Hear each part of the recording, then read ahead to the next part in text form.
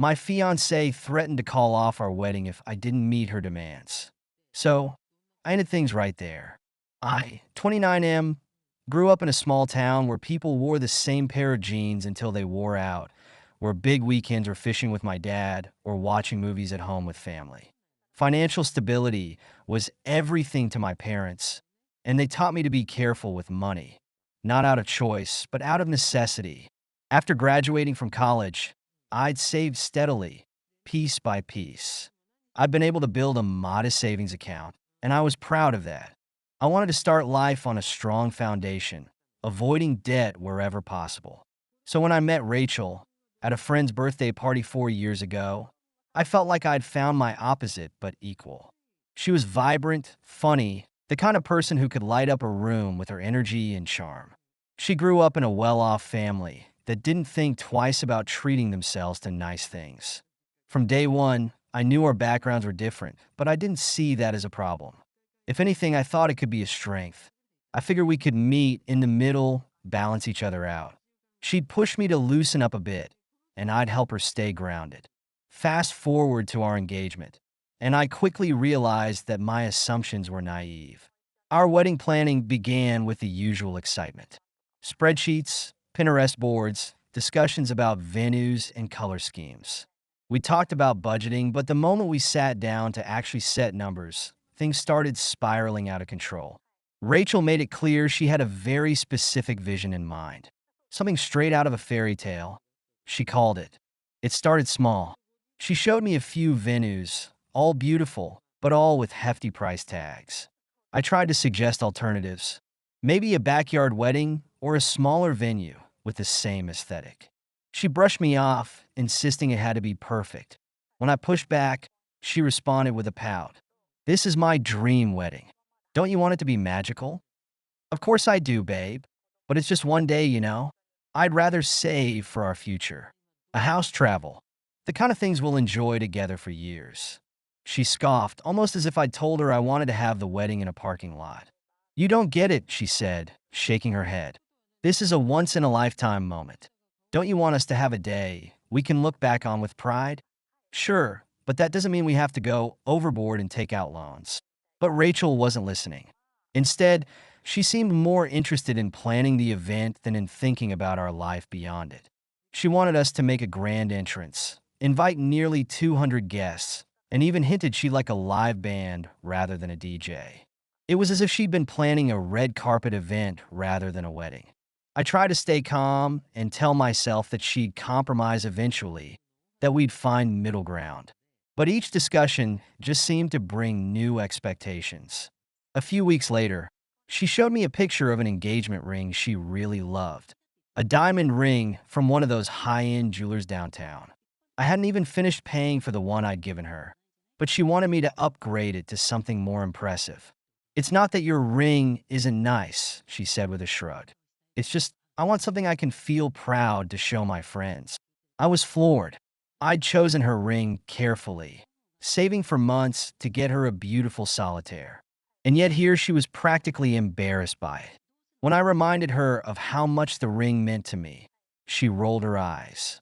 "If you loved me, you'd understand," she said flatly.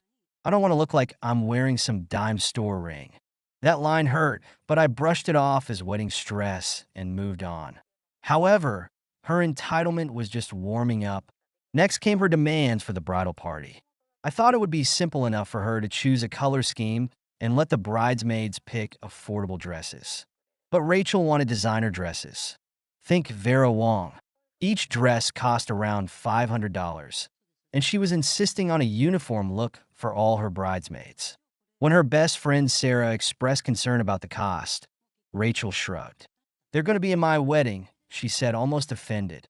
"If they can't afford it, they can take a loan or figure something out.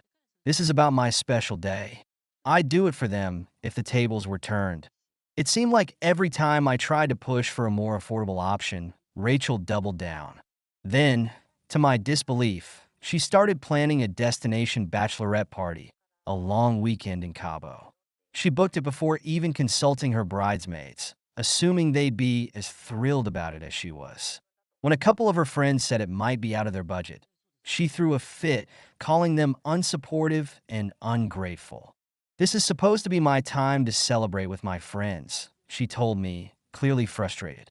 "If they can't handle that, then maybe they're not real friends." I tried to reason with her. "Don't you think it's a bit much? Some of your friends have other expenses to think about." She glared at me like I'd insulted her. "You know what? Forget it. You'll never understand." By this point, I was drowning in her expectations. She wanted a wedding planner, even though I suggested we could handle the details ourselves to save money. But Rachel argued that her work was too demanding, that she needed someone to manage the stress for her. Without telling me, she went ahead and hired one, an expensive one.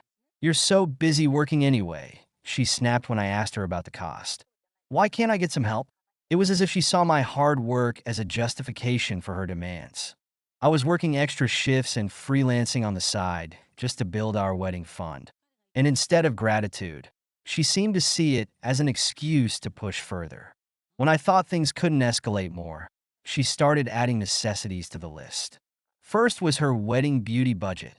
She wanted a full pre-wedding regimen, monthly spa treatments, a personal trainer, and customized skincare. She expected me to pay for it, naturally, claiming it was part of the wedding. When I hesitated, suggesting we split the cost, she gave me a look that could kill. "So, you don't want me to look my best on our wedding day? This is important to me, and honestly, if you were a decent fiancé, you want to pay for it."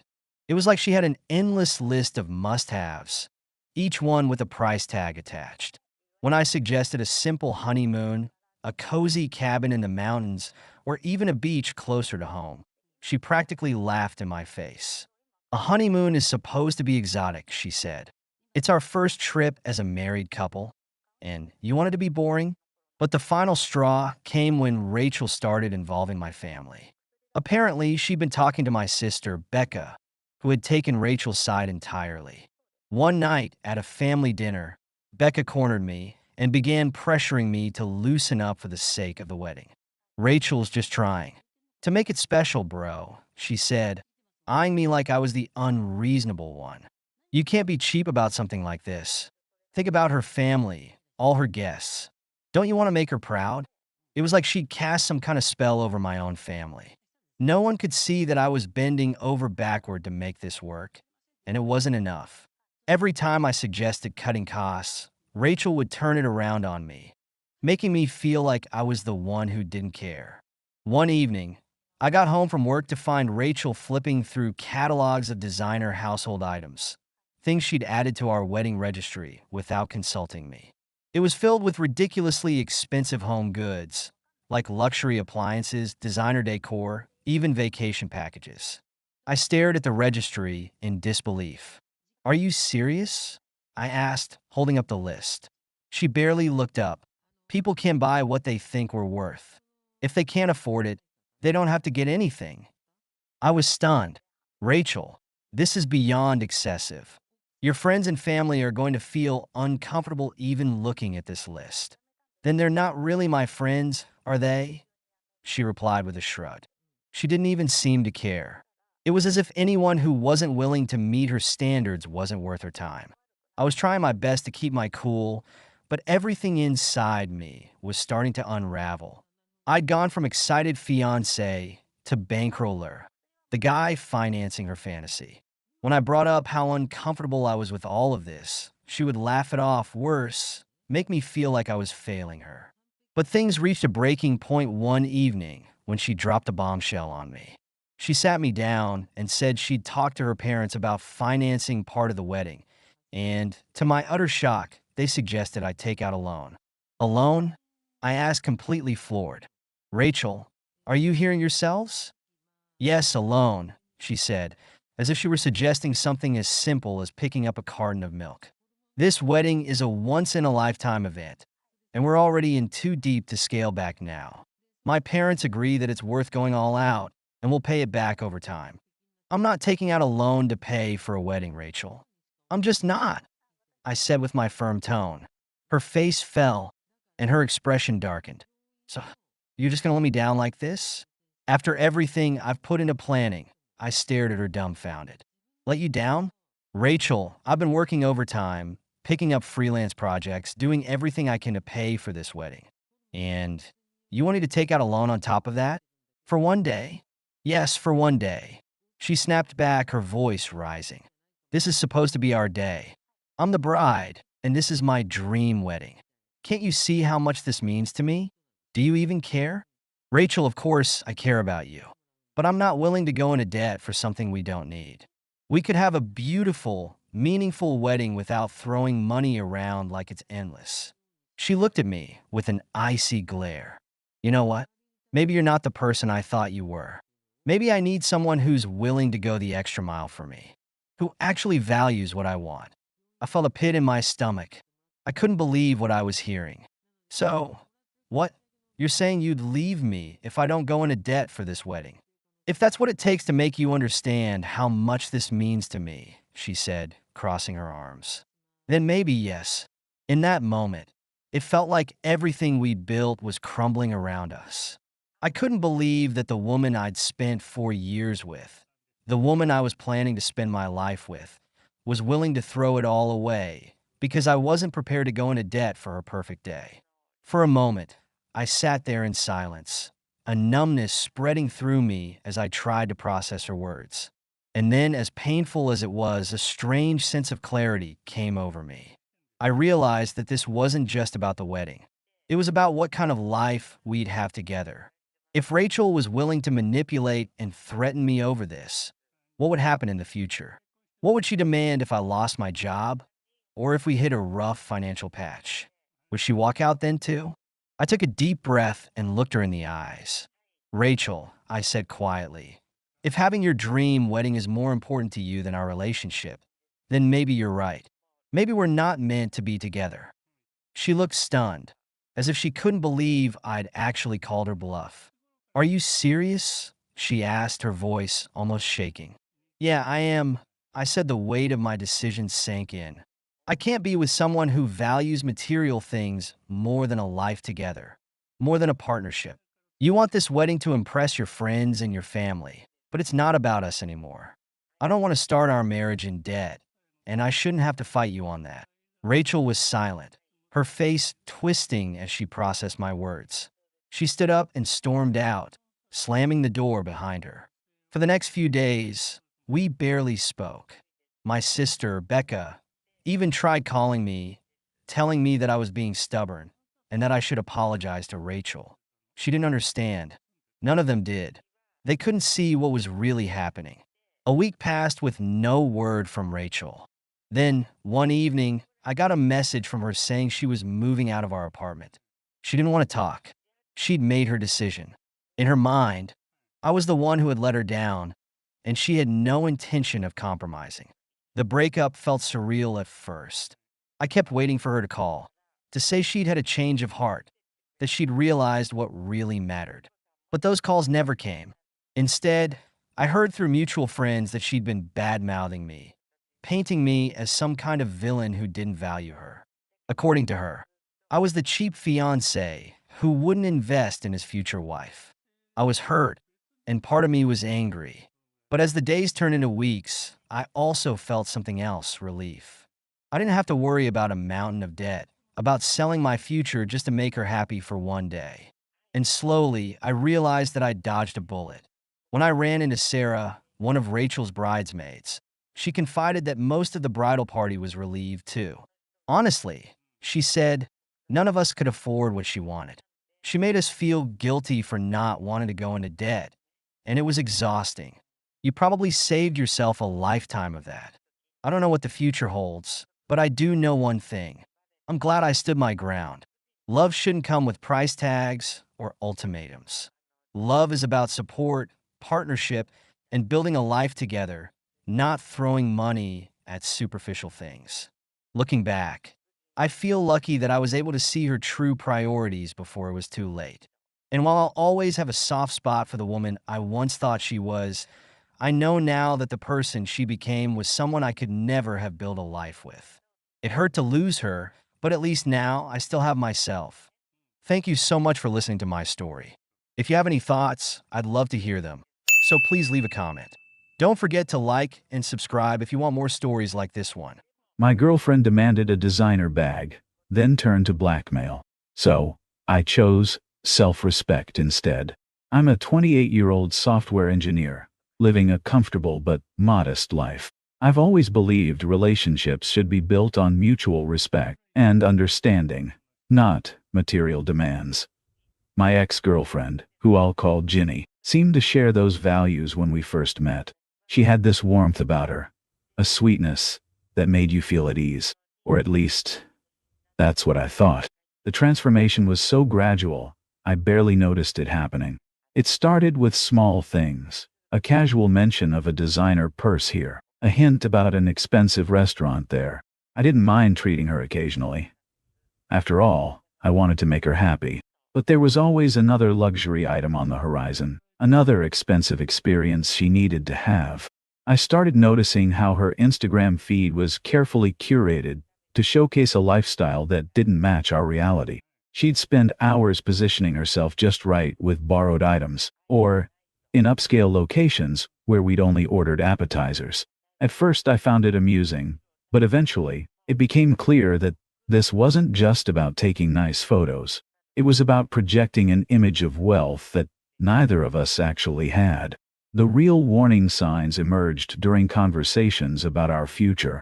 While I talked about saving for a house or building an emergency fund, Ginny would steer the discussion toward luxury vacations and high-end furniture. "We only live once," she'd say, dismissing my concerns about financial responsibility. "Why save for tomorrow when we can enjoy life today?" But everything came to a head last month over a designer handbag. We were having dinner at my place, nothing fancy, just a homemade meal and some wine. Ginny was scrolling through her phone, something she did increasingly often during our time together. "Look at this," she said, thrusting her phone in my face. On the screen was a sleek leather handbag that probably cost more than my monthly rent. "Isn't it absolutely perfect?" I nodded non-committally, hoping to avoid another discussion about expensive purchases. "It's nice," I offered, taking another bite of my pasta. Her eyes narrowed slightly. "Nice? It's not just nice. It's iconic. Every woman dreams of having one of these." She paused, watching me carefully. "It's only $5,000. I nearly choked on my food. "Only $5,000? I set down my fork, trying to keep my voice level.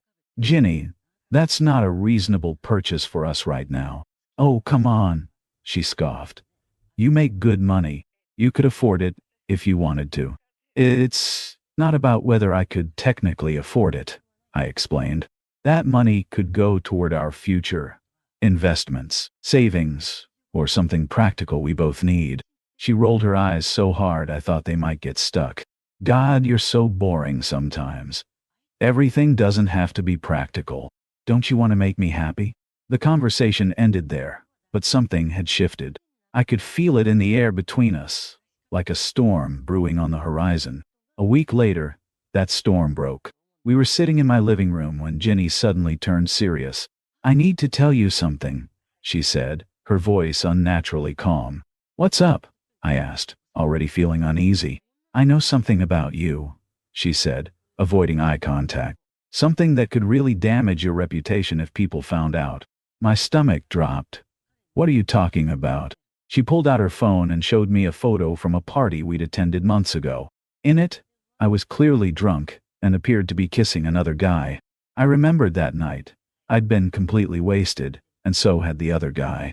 It was an accident, nothing more. "I could tell everyone about this," she said softly. "I could tell them you're actually gay, that you've been cheating on me. Think about what that would do to your career, your friendships." I sat there, stunned into silence. Was she really trying to blackmail me over a handbag? "But," she continued, "if you buy me the bag, I'll forget all about this. Consider it insurance for your reputation." In that moment, everything became crystal clear. This wasn't love. It was extortion dressed up in designer clothes. "Let me get this straight," I said, my voice surprisingly steady despite the anger building inside me. You're threatening to spread lies about me unless I buy you a $5,000 bag? It's not a threat, she backpedaled, though her tone suggested otherwise. I'm just saying I could make things complicated for you. But I don't want to. I just want you to show me you care. Care? I laughed, but there was no humor in it. You think blackmail is a sign of caring? This isn't love, Ginny. This is manipulation. She rolled her eyes again, a gesture I'd once found cute, but now saw as contemptuous. You're being so dramatic. It's just a bag. Why are you making such a big deal out of this? Because it's not just about the bag, I snapped.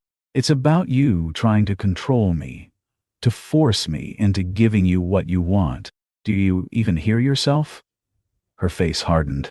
If you really cared about me, this wouldn't be an issue. Maybe I deserve someone who's willing to spoil me.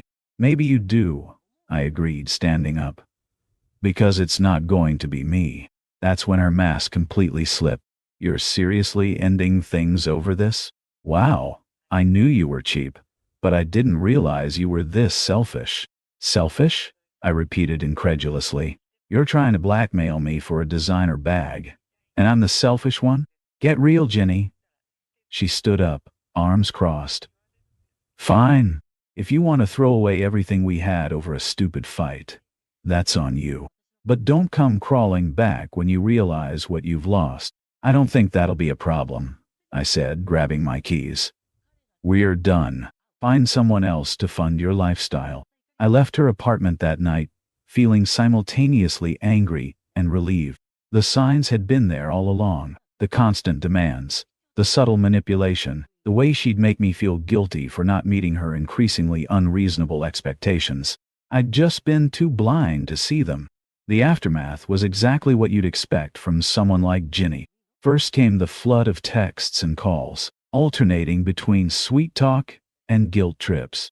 I miss you, she'd write, followed hours later by, you're such a coward. You can't even face me after throwing our relationship away. I deserve an apology. When I didn't respond, she escalated. She posted the party photo on social media, spinning a narrative about me cheating on her. But I wasn't about to let her destroy my reputation. I reached out to friends who had been at the party, including the guy in the photo, who was engaged and clearly had no interest in me. They all confirmed my version of events, and the truth quickly came out. Ginny's attempts to control the narrative backfired spectacularly. She tried telling people it was just a harmless joke and that I'd overreacted, but our mutual friends weren't buying it. One friend called me directly to get the real story. That's not the version she's been telling people. They said after hearing my side, you might want to clear the air. Initially, I was hesitant to engage in any drama, but I realized Ginny wasn't just trying to reconcile. She was actively trying to damage my reputation. I decided to take action, sharing screenshots of her threatening texts with close friends who had heard her version of events. The response was overwhelming. People were shocked at her behavior, and many shared similar experiences with her manipulative tendencies. One friend even revealed that Ginny had a history of this behavior in previous relationships. But Ginny wasn't done. One evening she showed up at my apartment unannounced, holding a box of my things and wearing what I assume she thought was a contrite expression. Can we talk? She asked softly. There's nothing to talk about, I replied firmly. I know I messed up, she pleaded. I was stressed and said things I didn't mean. You didn't even give me a chance to explain. Explain what exactly? I asked. How you tried to blackmail me. How you threatened to ruin my reputation. Some things can't be explained away, Ginny. It wasn't blackmail, she protested. I was just frustrated. I didn't know how else to get through to you. Get through to me? I repeated incredulously. You mean manipulate me? That's what this has always been about. You don't care about me. You care about what I can give you. That's not true, she insisted, tears welling up. I love you. No, I said firmly. You love the idea of someone who'll give you everything you want, no matter how unreasonable your demands are. I'm not that person, and I never will be. She left in tears, but I felt stronger than ever in my decision. Over the next few weeks, she tried everything to get back into my life. Long emotional emails, voicemails that ranged from apologetic to angry, even getting mutual friends to plead her case. But I stood firm. The final straw came when I learned she was telling people she only wanted the bag because I had made her feel insecure about her appearance. It was time to end this, once and for all. I reached out to every mutual friend who mattered to me, and shared the complete story, including screenshots of her threats and manipulative messages. The truth spread quickly, and Ginny's carefully constructed narrative crumbled. People began distancing themselves from her, finally seeing through her victim act. One of her former friends even reached out to apologize for initially believing her, revealing that this was a pattern of behavior for Ginny. Months later, Ginny made one final attempt to reconnect, sending a lengthy message claiming she had changed and wanted to make amends. I didn't respond. Some bridges aren't worth rebuilding, and some lessons are best learned by walking away. Looking back now, I'm grateful for the experience. Not because it was pleasant, but because it taught me valuable lessons about self-worth and standing up for myself. Ginny tried to turn love into a transaction, but real love isn't about manipulation or materialism. It's about mutual respect, trust, and valuing each other for who you are, not what you can provide.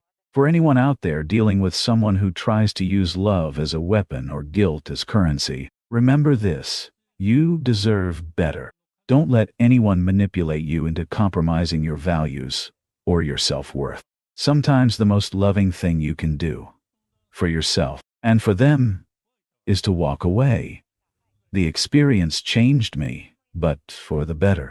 I'm more aware now of red flags in relationships, more confident in setting boundaries, and more appreciative of genuine connections that don't come with price tags attached. And while I hope Ginny eventually learns from this experience too, that's no longer my concern. I'm focused on building a life where love is measured in respect and understanding, not designer handbags and social media posts. My girlfriend and parents were hiding something from me.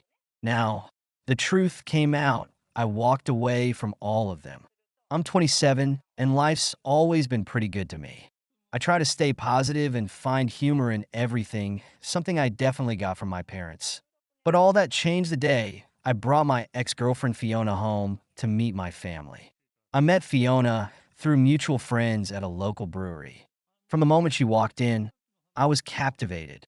She had this magnetic energy about her, the kind that drew people in effortlessly. Her laugh was infectious, and she had a way of making everyone feel like they were the most interesting person in the room. As an introvert myself, I was amazed by how easily she could connect with anyone and everyone. Our relationship progressed quickly. We shared similar interests in indie movies and obscure bands, and she always seemed genuinely interested in my work as a software developer. Every date with her felt natural, like we'd known each other for years instead of months. Looking back now, I should have realized it was too perfect, too smooth. But when you're falling in love, you tend to ignore the red flags. After 6 months of dating, I decided it was time for Fiona to meet my parents. They lived in another state, about a 3-hour flight away in the small town where I grew up. My parents had always been incredibly welcoming to everyone I brought home. They ran a successful small business in town and were known for their warm hospitality. I'd brought home girlfriends before, and my parents had always been nothing but kind and supportive. I mentioned Fiona to them a few times over our weekly video calls, and they seemed excited to meet her. My mom even asked what kind of food Fiona liked, so she could prepare her favorite dishes. That's just the kind of people my parents were, always going the extra mile to make others feel welcome. Fiona and I flew out to my hometown. We checked into a hotel near my parents' house, and Fiona seemed excited, if a bit nervous. I assured her there was nothing to worry about. My parents were the easiest people in the world to get along with. But the moment we arrived at the front door, everything changed. When my parents opened the door, their usual warm smiles froze on their faces. More surprisingly, Fiona's typically confident completely vanished. The air became thick with tension, and I felt like I was missing something obvious. The dinner that followed was excruciating. My mother tried to break the ice, her voice unusually high-pitched. So, Fiona, James tells us you work in marketing? Yes, Fiona stammered, pushing food around her plate. Digital marketing. Interesting, my father said, his eyes never leaving her face. How long have you been in that field? About 5 years now. 5 years. My father's fork clinked sharply against his plate. That's quite a coincidence. I glanced between them, confused by the underlying tension. Dad, what do you mean? Nothing. Nothing at all.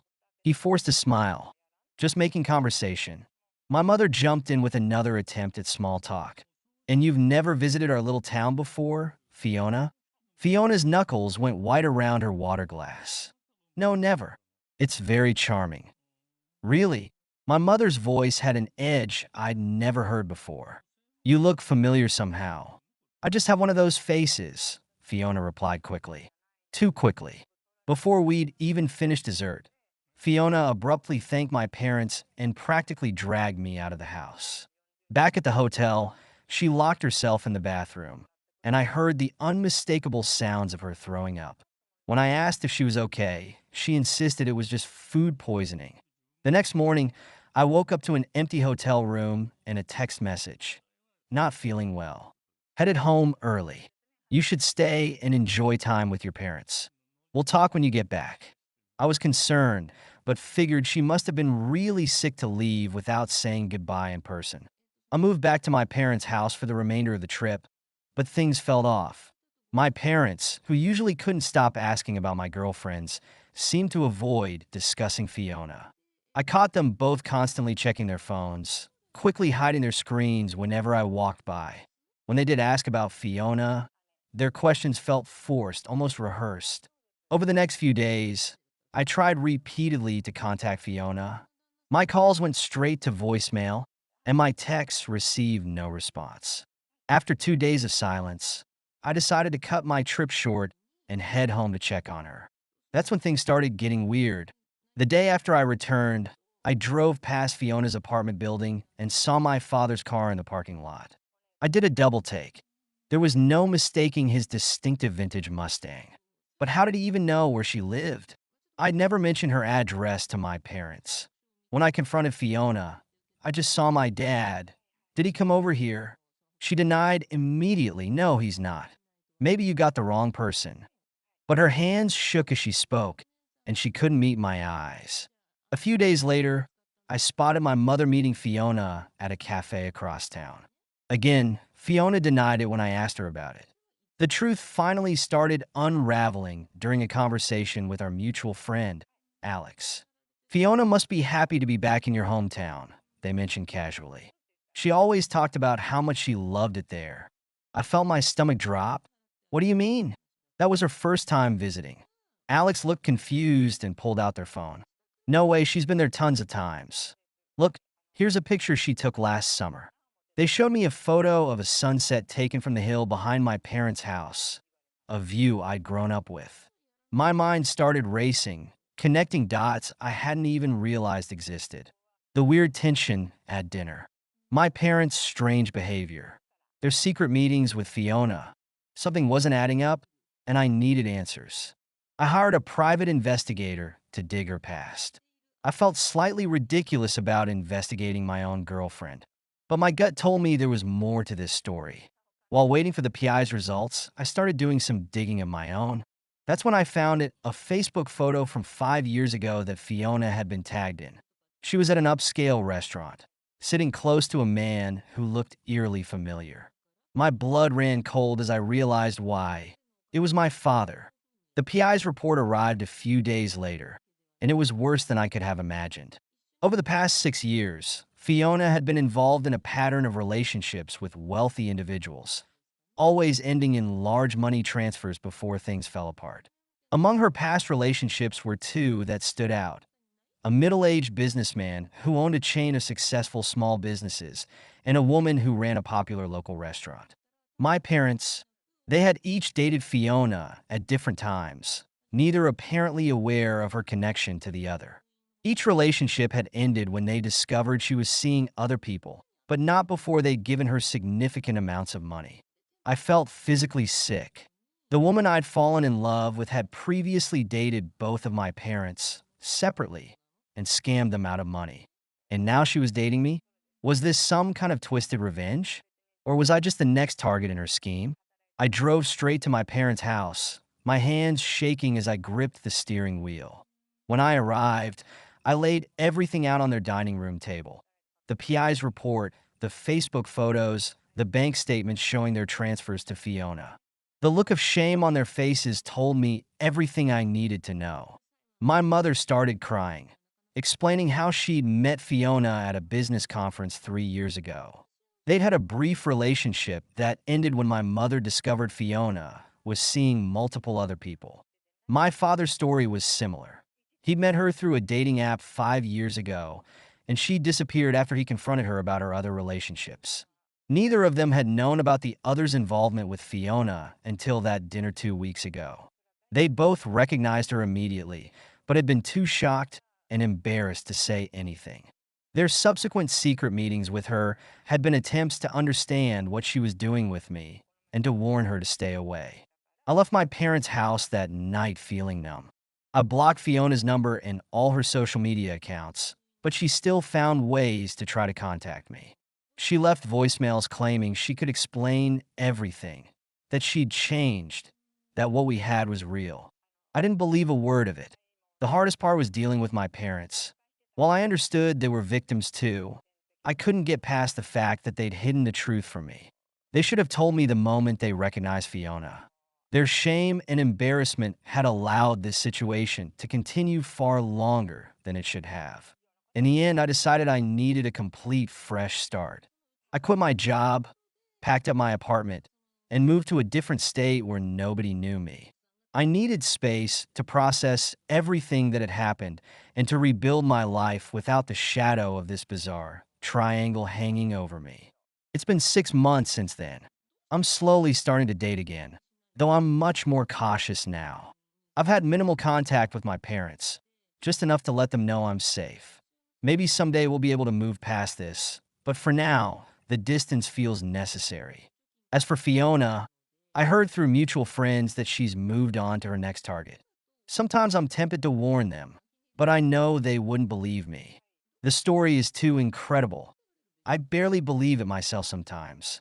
The whole experience has taught me that you never really know someone, no matter how well you think you do. People can surprise you in the worst ways possible. But it's also taught me about resilience, about the importance of trusting your instincts, and about the strength it takes to walk away from toxic situations, even when they involve the people you love most.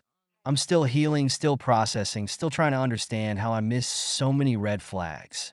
But I'm also growing stronger every day, learning to trust myself again, and slowly building a new life where I get to write my own story, one that doesn't include manipulative ex-girlfriends or complicated family dynamics. Sometimes the best endings aren't happy ones. They're just endings that set you free to begin again. Thank you so much for listening to my story. If you have any thoughts, I'd love to hear them. So please leave a comment. Don't forget to like and subscribe if you want more stories like this one. My girlfriend destroyed my apartment while I was away. So I packed her bags, kicked her out, and took her to court. I'm 29 male, and I thought I had my life together. Stable job, decent apartment, and a steady relationship. I'm not the type to write long rants online, but this one I need to get off my chest. So here it goes. I've been dating Elle for about a year. She's 26, fun, spontaneous, and pretty much the opposite of me in a lot of ways. I like that at first. I've always been the guy who follows the rules, keeps a schedule, makes sure things don't go off the rails. But Elle, she lived in the moment, always making everything an adventure. She brought a little chaos to my life, and I thought that was exactly what I needed. Turns out, there's a difference between chaos and straight-up irresponsibility. So, I had this work trip coming up, a week out of town. Nothing new, but I asked Elle if she wanted to stay at my place while I was gone. She'd been staying over a lot anyway, and I figured she'd help by feeding my cat and watering the plants. No big deal, right? I trusted her. When I got back, I walked into what I can only describe as a disaster zone. The apartment smelled like stale beer, old food, and something burnt. It was weird because neither of us smoked, but I found cigarette butts all over the place. There were empty bottles on every surface, clothes, some of which definitely weren't mine, scattered across the floor, and my couch had this massive stain that I still can't explain. The worst part? My brand new 65-inch TV was smashed to hell. I just stood there, completely stunned. I'm not a neat freak, but my place had been turned upside down. I called Elle, trying to keep it together. She didn't pick up. I sent a couple of texts and waited. About an hour later, she strolled in like nothing was wrong, arms loaded with shopping bags. "Hey, babe," she said, completely casual like she wasn't walking into a crime scene. I couldn't believe it. What the hell happened here? She looked around, barely glancing at the mess. "Oh, we had a little get-together while you were gone. No big deal. I cleaned up most of it." "Most of it?" I pointed it at the TV. "My TV is smashed. Oh, the place is trashed." She shrugged like it was no big deal. "Yeah, my bad. One of my friends knocked it over. We can get you a new one. Don't freak out." I felt my blood pressure spike. "Give me a new one? You didn't even call to tell me. You just left this mess for me to find." She rolled her eyes.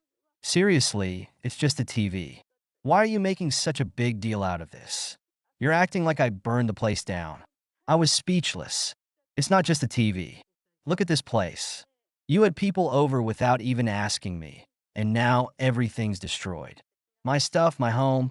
She sat down on the couch, her shoes still on like she didn't give a damn. "Jesus, relax. You're so uptight sometimes. It was just a few friends. We had fun, it got a little wild, and yeah, things got broken. We'll fix it." "We?" I snapped. "You mean you will fix it? This is on you." "Ed." She gave me this smirk. "You're really gonna throw a fit over a party?" That was it. I went to the bedroom, grabbed her bag still full of the crap she'd just bought, and tossed them into the hallway. "You need to go. Now." She blinked like she couldn't believe what she was hearing.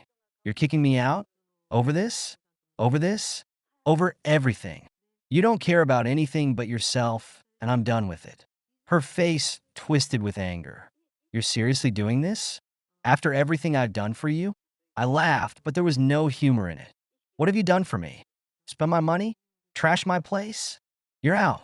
She grabbed her bags and stormed out, muttering something under her breath about me being too sensitive. For a second, I thought that was the end of it. I figured she'd cool off, maybe send me a half-assed apology, but she didn't. She was too proud for that. Instead, she started playing dirty. A couple of days later, I started getting texts from mutual friends asking why I was being so harsh on Elle. Apparently, she'd been telling everyone that I'd overreacted, that it was just a party, and I'd kicked her out for no reason. She made it sound like I was some kind of controlling psycho who couldn't handle a little fun. I tried to ignore it, but it got under my skin. The worst part? Some of our friends actually believed her. They started giving me the cold shoulder, acting like I was the bad guy. It pissed me off, but I wasn't going to back down. Then she showed up at my door. I opened it, and there she was, standing there with that smug look on her face, like she thought she could charm her way back in. "Can we talk?" she said, her voice sugary sweet. "There's nothing to talk about," I replied, ready to slam the door in her face. "Come on, don't be like that. We both said some things we didn't mean." I stared at her, baffled. "What are you talking about? You trashed my place, lied to my friends, and now you think we can just talk it out?" She stepped closer, lowering her voice like she was trying to reason with me. "Look, I know I messed up, but this doesn't have to be a big deal. I'll pay for the TV. We'll clean up, and we'll forget this whole thing ever happened." I laughed again, this time genuinely. "Forget it happened? Elle, you don't get it. It's not about the TV or the mess. It's the fact that you don't care. You don't respect me or my space, and I'm done letting you walk all over me." Her eyes narrowed. "You think you're so perfect, huh? Like you've never messed up. You're acting like this is all on me. Maybe if you weren't so uptight all the time, this wouldn't have happened." I shook my head, amazed at her audacity. "This is your mess, Elle. Take some responsibility for once." And that's when she dropped the bomb. "You know what?" she said, her voice ice cold. "I've been living here for months. I have rights. You can't just kick me out. I could make this really hard for you if I wanted to." I was stunned. "You're seriously pulling that?" She smirked. "Yeah, You might want to think twice before you do something you'll regret. I slammed the door in her face. After that, things got worse. She started showing up at random times, texting me, trying to guilt trip me into taking her back. At one point, she even tried to claim she left stuff at my place and needed to come in to get it. I wasn't having any of it. I knew I needed to do something before she made good on her threats. I called a lawyer, explained the situation, and thankfully, I found out her little I have rights claim wasn't as strong as she thought. Since she wasn't on the lease and didn't officially live there, I could get her out. It wasn't going to be easy, but it was possible. And then I took it a step further. I sued her for the damages. She didn't take that well. Started telling everyone I was out to get her, that I was just being vindictive. It was ridiculous. But at that point, I didn't care. I was done with her manipulation, done with the lies. I wasn't going to back down. The lawsuit took longer than I expected, but eventually, I won. She was ordered to pay for the damage she caused, including the TV and cleaning costs. She tried to weasel out of it, of course, claiming she didn't have the money, but that wasn't my problem. I had the judgment, and I was going to make sure she paid every cent. After that, she finally disappeared, moved on to some other guy, probably spinning the same story about how I was the villain. I heard through a mutual friend that she was up to her old tricks, but I didn't care anymore. I was done. Looking back, I don't regret how things ended. It was messy, sure, but it needed to happen. I learned a lot from that whole disaster, mainly about what I would and wouldn't tolerate in the future. The biggest lesson? Don't ignore the red flags. When someone shows you who they are, believe them. Don't let someone trash your life, then act like you're the problem for caring about it. So yeah, that's my story. If you're ever in a situation like mine, trust me, kick them out, clean up the mess, and don't look back. You'll thank yourself later. Thank you so much for listening to my story. If you have any thoughts, I'd love to hear them. So please leave a comment. Don't forget to like and subscribe if you want more stories like this one. My girlfriend drained my money into her saving to move out. I found out. So, I cut her off. I'm Tom, 32, and I work in finance. My life is pretty straightforward. Work hard, save up, plan for the future. That's just who I am. Maybe that's why I fell for her, my girlfriend of 2 years. She's the opposite of me, artistic, impulsive, living in the moment. I never minded that difference between us. Actually, I kind of liked it. I thought we balanced each other out. She made life seem lighter. Things started getting weird around 6 months ago. She mentioned wanting a beach vacation, just the two of us. Something relaxing to recharge. And at first, I liked the idea, too. But when I started talking about budget and saving up for it, she'd just sigh and say, "You're so uptight, Tom. We could really use this." I knew she wasn't great with money. She'd often tell me how broke she was. She said she was juggling credit card debt, student loans, the usual story. It didn't help that she'd occasionally buy herself little luxuries. Once, she even showed up with this fancy handbag, brushing it off as retail therapy. I asked if it was a good idea, considering her finances, and she just laughed it off. As weeks passed, her request for the trip got louder. "I need this, Tom," she said one night, laying it on thick, her hand on mine. "You don't know what it's like to be distressed." She was looking at me with these sad eyes, and I found myself agreeing to it. I even offered to cover most of the expenses, since she said she was strapped for cash. "Thank you," she said, squeezing my hand. "You have no idea how much this means to me." The trip started out fine. She was in her element, bouncing around, snapping pictures. But soon, her behavior shifted. She'd order the most expensive things on the menu, pushing me to splurge on extra activities. Sunset boat rides, private massages. If I hesitated so much, she'd roll her eyes, saying, "Come on, live a little, Tom. What's the point of this trip if we don't enjoy ourselves?" I tried to keep up, but I finally pushed back a bit. "Look, can we slow down? This trip is costing a lot more than I planned." She scoffed. "God, you're so cheap. I should have just asked someone else to come with me." The comment hit me, but I let it go. I didn't want to ruin the trip. But then, things escalated. She spent hours at a beachside store, eyeing this ridiculously expensive dress. She asked me to buy it for her. I refused, and she got furious. You know, if you actually cared about me, you'd understand that I deserve nice things too. That night, we argued.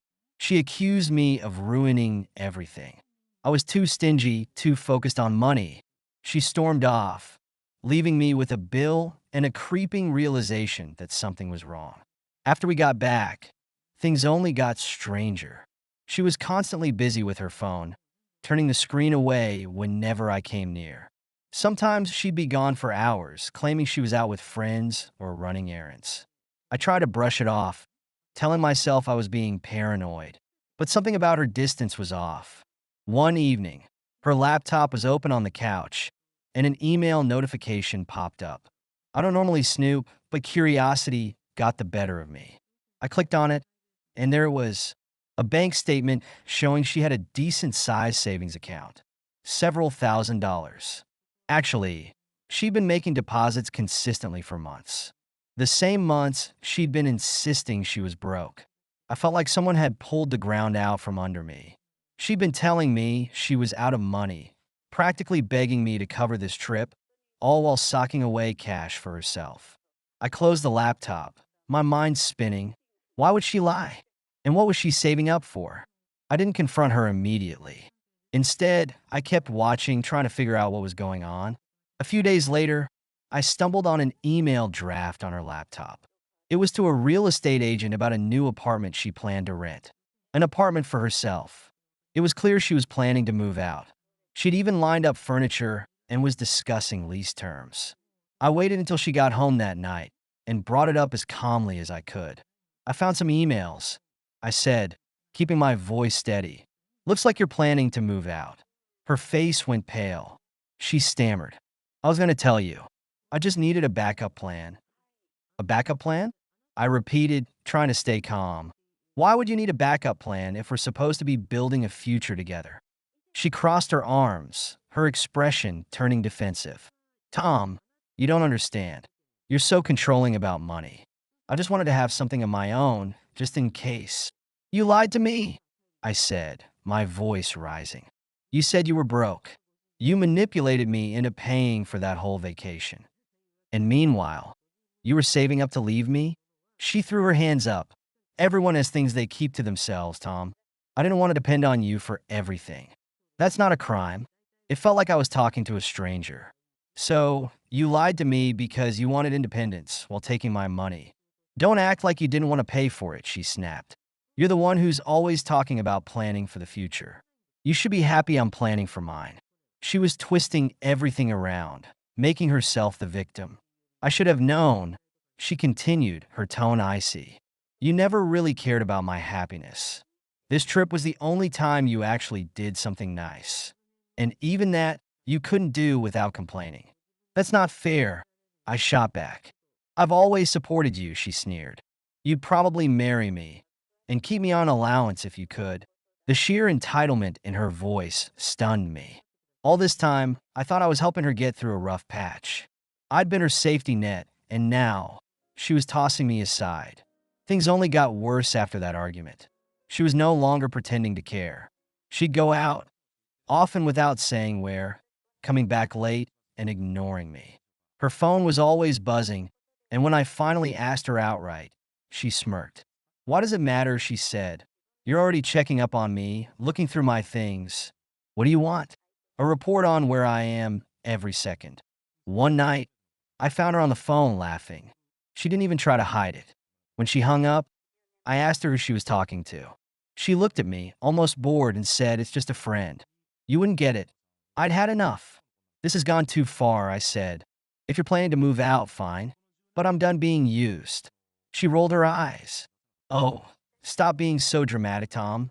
I'm not using you. If you were really committed, you'd support me. But instead, you just want to control everything. Her entitlement, her complete lack of guilt, it all clicked. She didn't care about me. She cared about what I could give her. Every dinner, every trip, every little gift. It was all transactional to her. I made up my mind right then. You need to leave, I said, trying to keep my voice steady. You can take your savings, your plans, whatever, and just go. She laughed like I'd told a joke. Really? You're going to kick me out now, after everything? Yes, I said firmly. I'm done. For the first time, I saw a flash of anger in her eyes. Fine, she spat. I never needed you anyway. She packed her things over the next few days. Her presence a cold shadow in the apartment. I didn't help, didn't offer any more money. I was done giving. After she left, the silence in my apartment felt strange. Empty but also freeing. I cut all financial ties, closed any shared accounts, even canceled a couple of subscriptions she'd convinced me to pay for. I blocked her on everything. She didn't reach out. In the end, I wasn't even sure if I'd ever truly known her. Maybe I'd been fooling myself into thinking we had something real, something that could last.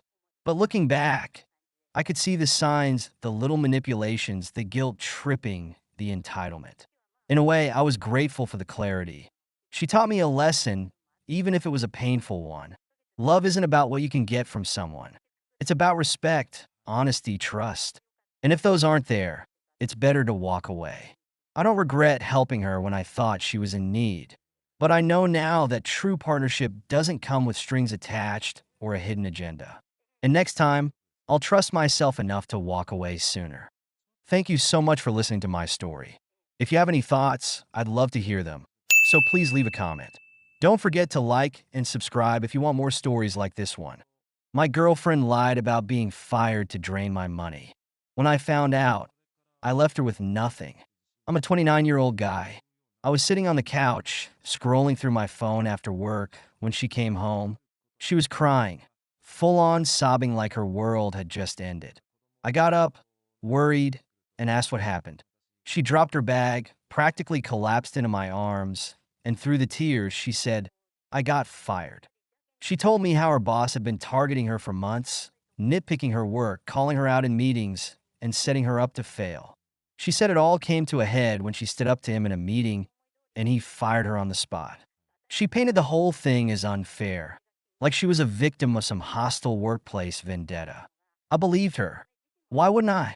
She looked so crushed. We spent the evening talking.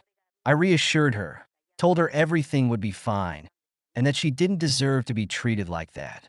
She kept crying, saying she didn't know how she was going to pay for anything with her savings so low. I told her not to worry about it, and that I'd cover her half of the rent and other expenses until she got back on her feet. We're in this together, I said. For the first few weeks, she seemed like she was trying to get back on track. She'd sit at her laptop for hours, saying she was applying to jobs and tweaking her resume. Sometimes she'd show me rejection emails, shaking her head and muttering about how impossible the job market was. It was hard to watch her feel so defeated, but I kept reminding her that things would get better. She'd thank me for being so supportive, telling me how lucky she was to have me. I didn't think twice about paying for everything. Rent, groceries, her car payment. Whatever she needed, I covered it. She'd sometimes order takeout or buy herself little things she said were of self-care. And while it stretched my budget, I figured it was fine. She deserved a little comfort after what she'd been through. I picked up extra shifts at work to make up for the added expenses, even though it left me exhausted.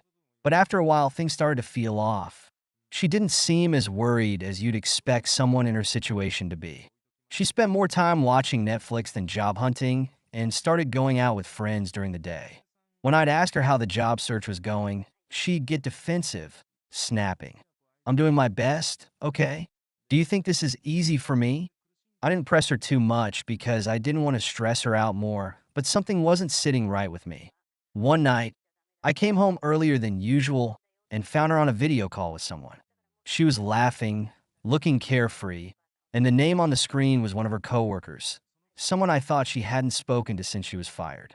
When I asked about it, she said they were just catching up and quickly ended the call.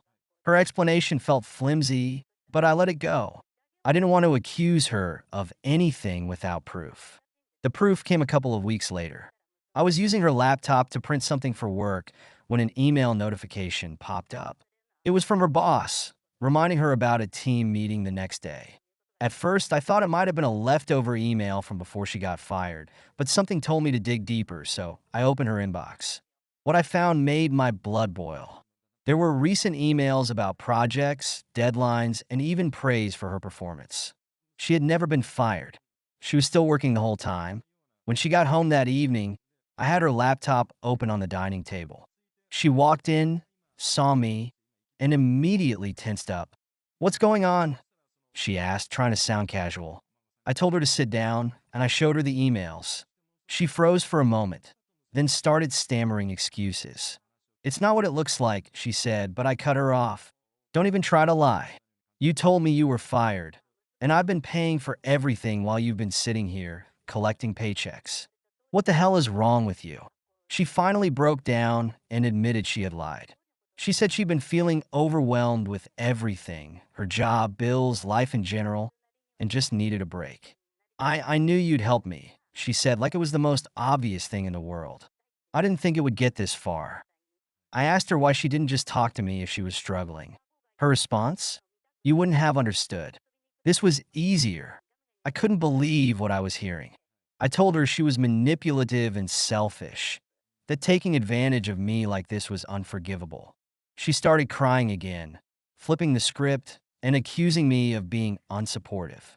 "If you really loved me, you'd forgive me," she said, as if that somehow made it okay. I told her we were done, and that I expected her to pay back the thousands of dollars I'd spent on her. She tried to argue, but I wasn't budging. The next couple of weeks were quiet. I thought she had finally accepted that we were over and had moved on. But then the email started. I got one with a subject line, "What you owe me." Inside was a long, dramatic message accusing me of causing her emotional distress by breaking up with her. She attached fake invoices for therapy sessions, claiming she'd been forced to seek counseling because of the breakup and demanding I cover half the costs, $2,300. She framed it like it was my fault she needed therapy and acted like paying her was the least I could do. I stared at the email for a while, trying to process the sheer audacity. Therapy invoices? Emotional distress? She was trying to make me feel guilty for breaking up with her after she blatantly lied and used me. But what really pissed me off was the way she phrased it, like I owed her for all the damage I'd done, as if I was the villain here. I wasn't about to let her get away with it. I wrote a short, no-nonsense response. I told her I wasn't paying her a dime, and that if she wanted to pursue this further, she was welcome to try legally. I even CC'd a lawyer friend of mine, making it clear I wasn't playing games. My friend chimed in with a detailed response pointing out that the invoices were riddled with mistakes, including a misspelled clinic name and missing legal details. He also reminded her that falsifying documents could land her in serious trouble. Her reply came within hours.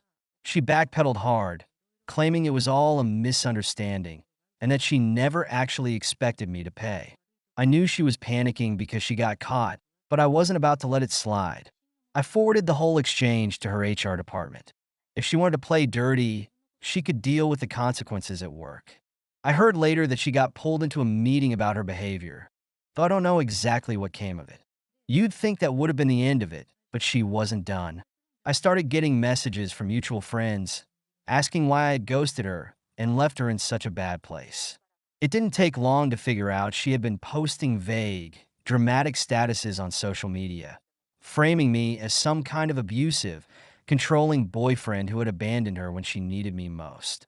She even shared fake screenshots of text conversations where I supposedly said awful things, like calling her a burden and saying I didn't care about her. At first, I wanted to ignore it. I figured the people who mattered would know the truth, but the messages kept coming. Some of our mutual friends started turning on me, saying I should have been more supportive or accusing me of being cruel. It was infuriating.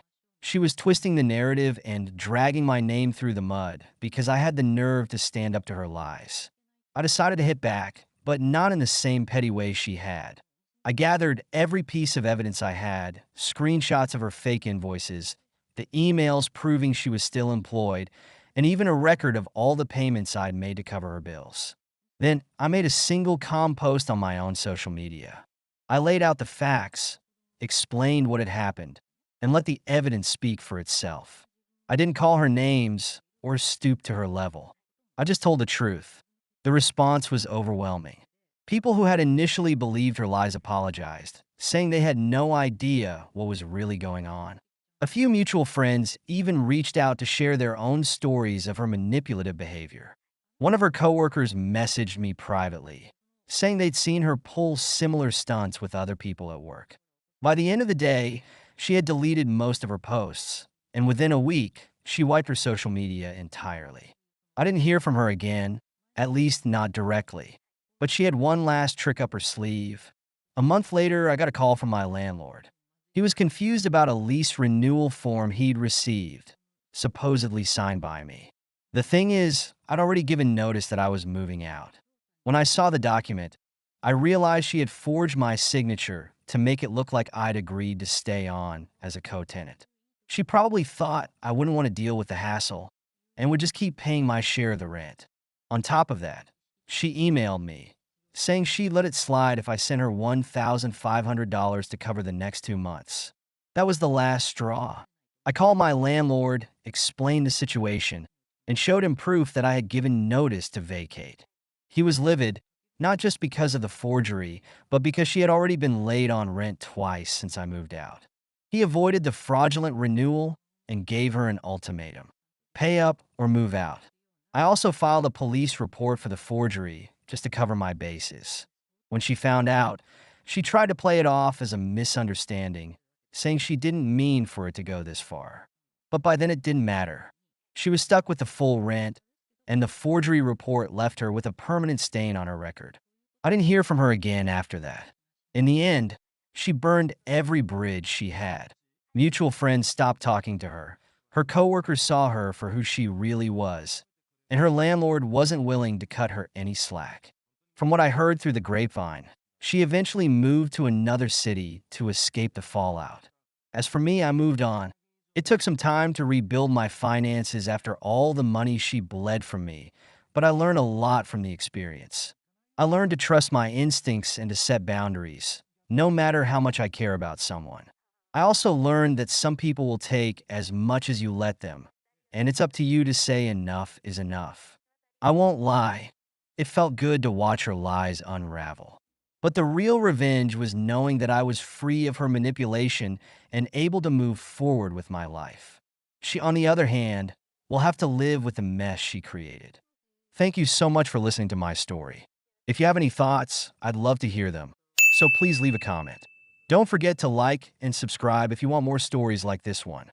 My girlfriend helped her ex move into our house without my permission, so I left and cut her off. I'm 31, and my girlfriend Jenny's 29. We've been together for 2 years, and it was getting pretty serious. I'd say things were good. At least I thought they were. I knew Jenny had some quirks and a history of being close with her exes. She'd always tell me they're just part of my past, nothing more, and I tried to respect that. I'm not the kind of guy who tells his girlfriend who she can and can't be friends with. But there was one ex, Mike, who'd come up a little too often. They dated for a couple of years, even lived together. And yeah, it made me uneasy sometimes, but I brushed it off. I met him once at this party Jenny threw. She introduced him as an old friend, but it was obvious to everyone there who he was. Her ex, the guy she once shared a life with. He was in a band and seemed like he hadn't really moved forward in life while Jenny had. I didn't think too much of him back then. But things started getting weird recently, especially when he showed up unannounced at our place for the first time. It was a Sunday. I'd gone out for a jog, came back, and there he was leaning against the door, smoking. He looked completely at home, like he'd just walked out of our kitchen. Jenny swooped in to introduce him, brushing it off with, "Oh, you just stopped by? He's having a rough time."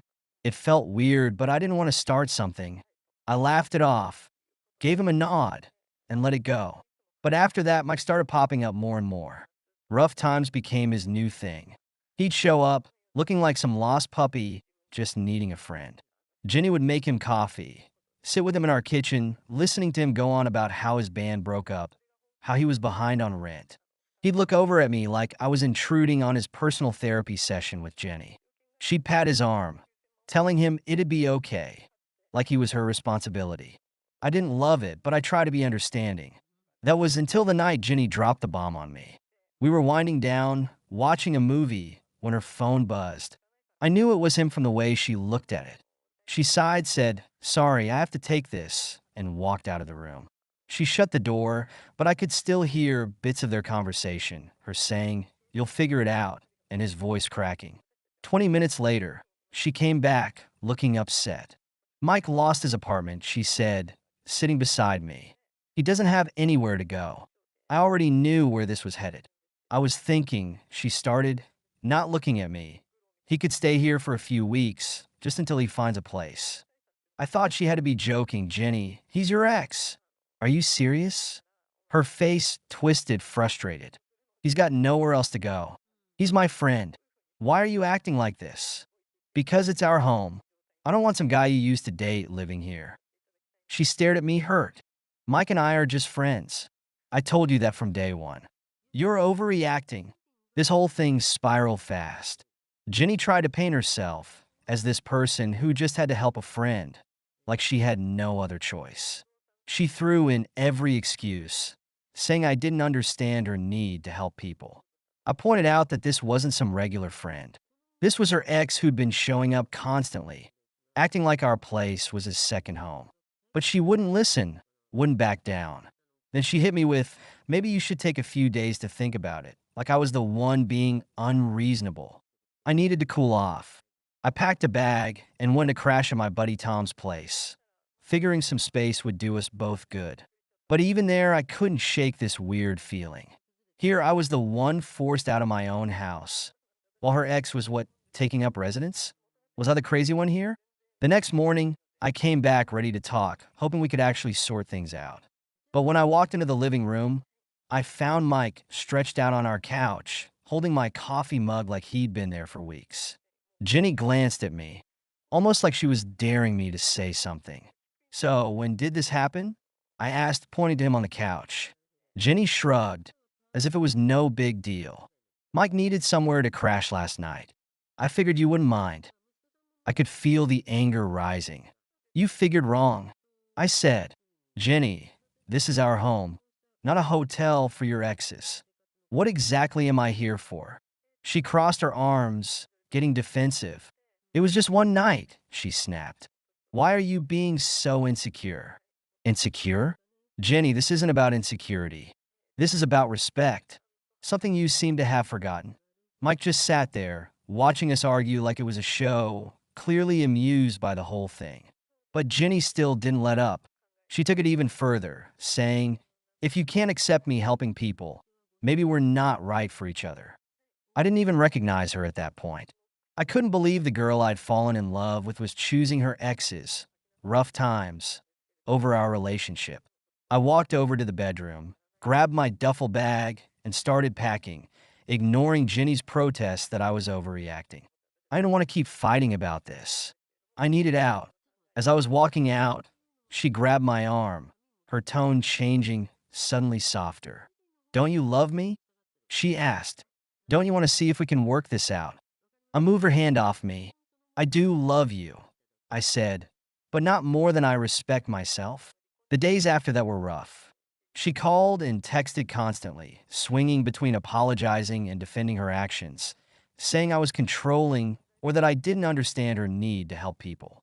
It wore me down, but finally I just blocked her. I knew if I kept going back and forth, I'd end up sucked back in her mess. Once I had some distance, everything about our relationship started making more sense. I realized Mike's constant presence and her refusal to set boundaries were part of a pattern I'd ignored for way too long. This was never just about him needing a place to stay. It was about how she'd been pushing boundaries, disregarding my feelings, and acting like everything that was mine was hers. It all started small. She'd borrow things, hoodies, books, even my cologne. At first, I didn't care. But then, there was this week where I couldn't find my favorite leather jacket. I looked everywhere, only to see her posting pictures on Instagram wearing it. When I asked her about it, she brushed me off, saying, "It's just a jacket. Why are you so possessive?" That attitude was a pattern. She'd treat my stuff like community property, never asking, always just taking. It was like my things were just an extension of hers. After I left, she even messaged me, asking if I could borrow a few of my clothes, just temporarily. That's when I realized she never respected boundaries in the first place. Another thing was how she made her emotional demands on me, no matter what I had going on. If she needed me, it didn't matter if I was working or spending time with friends. I was supposed to drop everything. There was one night, my brother's birthday, and she called me out of nowhere, saying she was having a rough day and needed me right now. I explained that I was at a family event and would call her later, but she guilt me, saying I thought I was a priority. She acted distant for the rest of the week, and I felt like I was the one who'd done something wrong for not ditching my family to cater to her feelings. After our breakup, she kept trying to get me back into that same emotional cycle, calling and texting, wanting me to talk things through. I ignored her calls because I realized her need for support was just her way of keeping control over me. It wasn't that I didn't care about her struggles. I just knew my well being had to come first this time. Then there was the time Mike tried to turn our place into his band's rehearsal spot. One night, he casually dropped that he'd been kicked out of his studio, throwing hints left and right about needing a place to test out some songs. Jenny was all for it, saying it would be great to help him out. I was blunt and said no. The last thing I needed was my house turning into a band's rehearsal space. Mike looked at me trying to guilt trip me with. Jenny said, "You were cool." I shut it down fast, saying, "This isn't about being cool, it's about boundaries." Jenny still tried to convince me, saying I was too uptight and didn't understand her desire to help others. But it was clear by then that she didn't care about respecting any boundary I put up, especially when it involved Mike. She twisted it into me being selfish and not supportive whenever I told her no, as if setting boundaries was some kind of moral failing on my part. It was like anything I said just bounced right off her. Mike, of course, stayed quiet in the background, soaking up all the sympathy, acting like I was the unreasonable one. So, yeah, that last straw, the moment I walked in and saw him sitting on my couch, using my mug, acting like this was his place too, made everything fall into place for me. This wasn't about Jenny helping him. This was about her own self-righteous need to rescue people, even if it meant sacrificing our relationship and steamrolling over any sense of respect for me. And honestly, it made me wonder if she was keeping Mike around just to hold some kind of power over me, or maybe even over him. Packing up and walking out wasn't easy, but I knew I couldn't let her manipulate me into feeling like I was wrong for needing respect. I left for good this time, no plans to go back. She tried calling, tried to make it sound like I'd abandoned her over a little misunderstanding, but it was way past that. I was done being her doormat, done letting her turn my life into this soap opera of her exes and her emotional whims. It's been a few months now, and I haven't looked back. I realized I'd been blind to all the ways she'd ignored my boundaries and undermined my self-respect for her own convenience.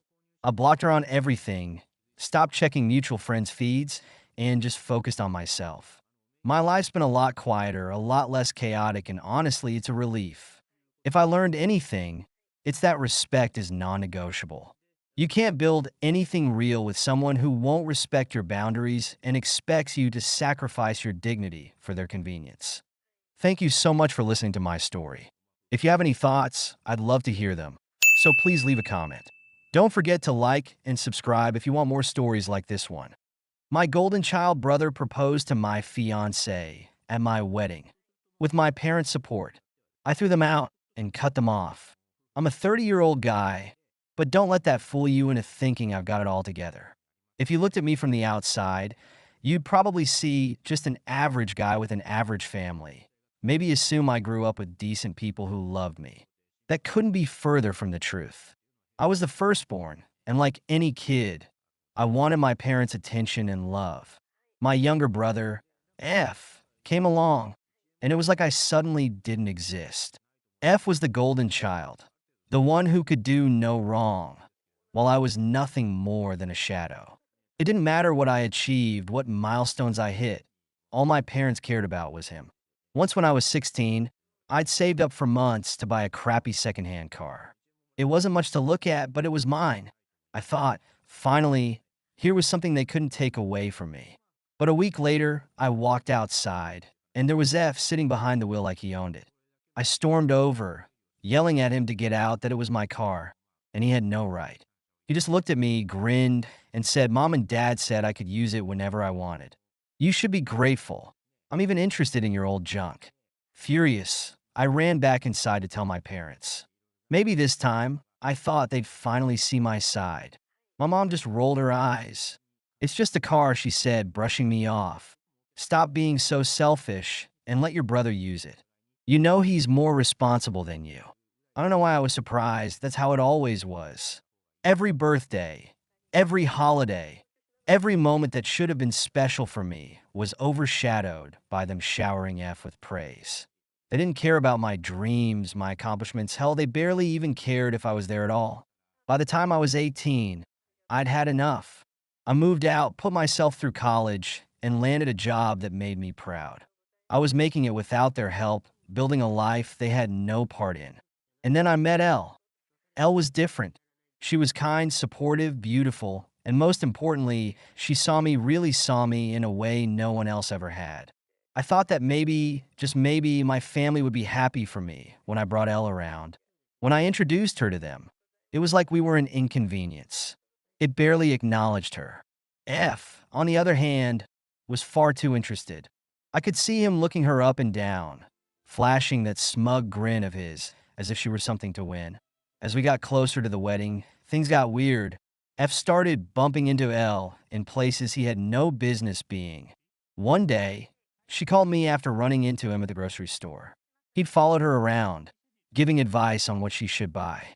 Another time, he showed up at the coffee shop she went to before work. Elle thought it was funny, chalking it up to him being lonely. I wanted to believe her, but I couldn't shake the feeling that F was up to something. But what he did at our wedding, I wouldn't have predicted that in a million years. Ceremony itself was perfect, or at least as perfect as it could be with my family's judgmental faces watching from the sidelines. Elle looked stunning, and for a moment, I thought maybe I'd finally left the worst parts of my life behind. Then, during the reception, when we gathered for speeches, F grabbed the mic. My heart dropped. I knew him, and the look on his face wasn't friendly. Today, he started staring right at Elle. I realized something I should have said a long time ago. He paused, savoring the silence, as everyone's attention turned to him. "Elle, I think you know that we have something special. That we'd be better together, better than you and my brother." I heard the gasps, the whispers spreading across the room. I couldn't believe it. I just confessed his love for my wife in front of everyone. It got worse. My mom jumped up, clapping as if she were cheering him on. "Yes, Elle, marry F. He's the right choice." My dad nodded, grinning. "You know, it makes sense, sweetheart. F is the successful one, after all." Elle looked stunned, her face pale and eyes wide, as if she'd been slapped. The guests were shifting uncomfortably, whispering. I couldn't let this go on. I marched over to F, barely able to keep my voice steady. "What the hell are you doing?" I spat. F didn't even flinch, smirked, the smugness dripping off him. "I'm doing what I should have done a long time ago. You don't deserve her, and we all know it." Before I could respond, my grandmother, one of the only supportive members of my family, stood up, glaring at my parents. "This is shameful. How could you humiliate your own son like this?" My mother didn't miss a beat, sneering back at her. "Please, we're just doing what's best for Elle. She deserves a real man, not some second-rate disappointment." I had had enough. I turned to the security staff and pointed to my family. "Get them out now." My dad's face twisted with rage. "Throwing us out? We're your family." "Family doesn't do this." I shot back, cold as ice. "Family doesn't try to destroy someone's wedding. Get out or I'll call the cops." I flung forward, grabbing my shirt. "You're gonna regret this," he snarled. "You're making a huge mistake." Elle stepped between us, her voice shaking, but steady. "I love him, F.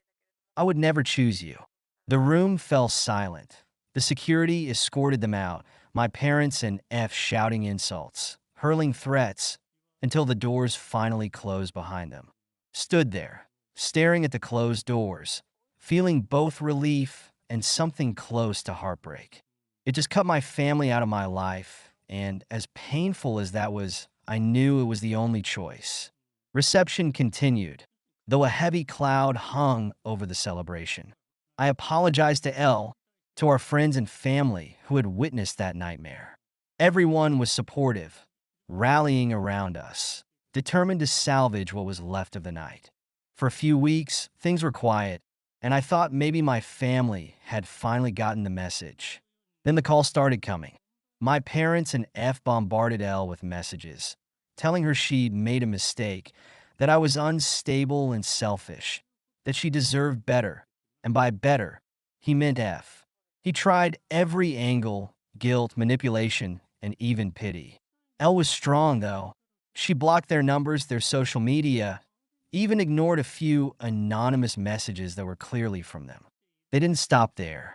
My family, or rather F and my parents, went further.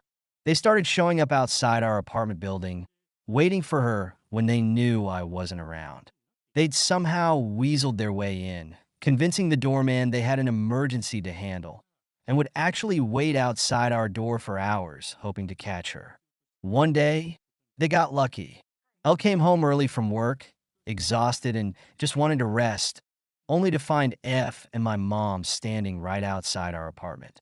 They wasted no time laying it on thick, begging her to leave me for F, insisting, "He's the one who deserves you. You're just wasting your time with a loser like him." F actually had the audacity to tell her he'd been in love with her from the beginning and that she belonged with him. That night, when I got home, I found Elle curled up on the couch, shaken and teary-eyed. She told me everything, and I could feel the anger boiling inside me. This wasn't just the usual crap my family pulled. This was straight-up harassment. They'd crossed every line, stomped right past every boundary, and didn't care who they hurt in the process. The next morning, I knew what I had to do. I called a close friend of mine who worked in law enforcement, told him the situation, and asked him to come with me to confront my family. I wasn't looking for trouble, but I needed them to see I was done playing games. We drove to my parents' house, and the moment they opened the door, they looked smug, like they thought I was there to apologize, beg them to come back into my life. My dad sneered, "Are you here to apologize?" "No," I replied, my voice cold. "I'm here to tell you to leave us alone. You're not going to call us, you're not going to message Elle, and you sure as hell aren't going to show up at our home. If you do, I'll press charges. I have witnesses, evidence, and a lawyer who's more than willing to help me get a restraining order. Don't push me." My mom scoffed, rolling her eyes. "Come on, you're not serious. We're just trying to protect Elle from you. You should be grateful F even cares enough to get involved." That My friend stepped forward, flashing his badge. "He's dead serious. If you don't back off, you're going to regret it." He tried to laugh it off, but the look in my friend's eyes must have told them we weren't bluffing. I turned and walked away without another word, knowing that finally I had the last say. A few weeks later, I received a job offer in another state. Felt like the perfect opportunity to start fresh, far away from my family's toxic reach. Talked it over with Elle, and she agreed immediately.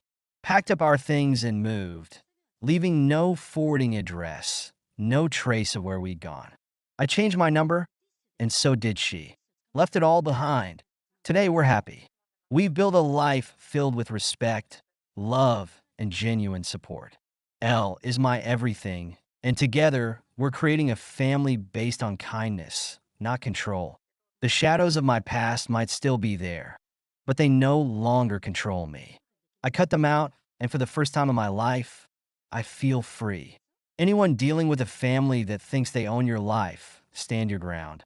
No one has the right to rob you of your happiness, and sometimes you have to let go to truly find peace. Thank you so much for listening to my story. If you have any thoughts, I'd love to hear them, so please leave a comment. Don't forget to like and subscribe if you want more stories like this one.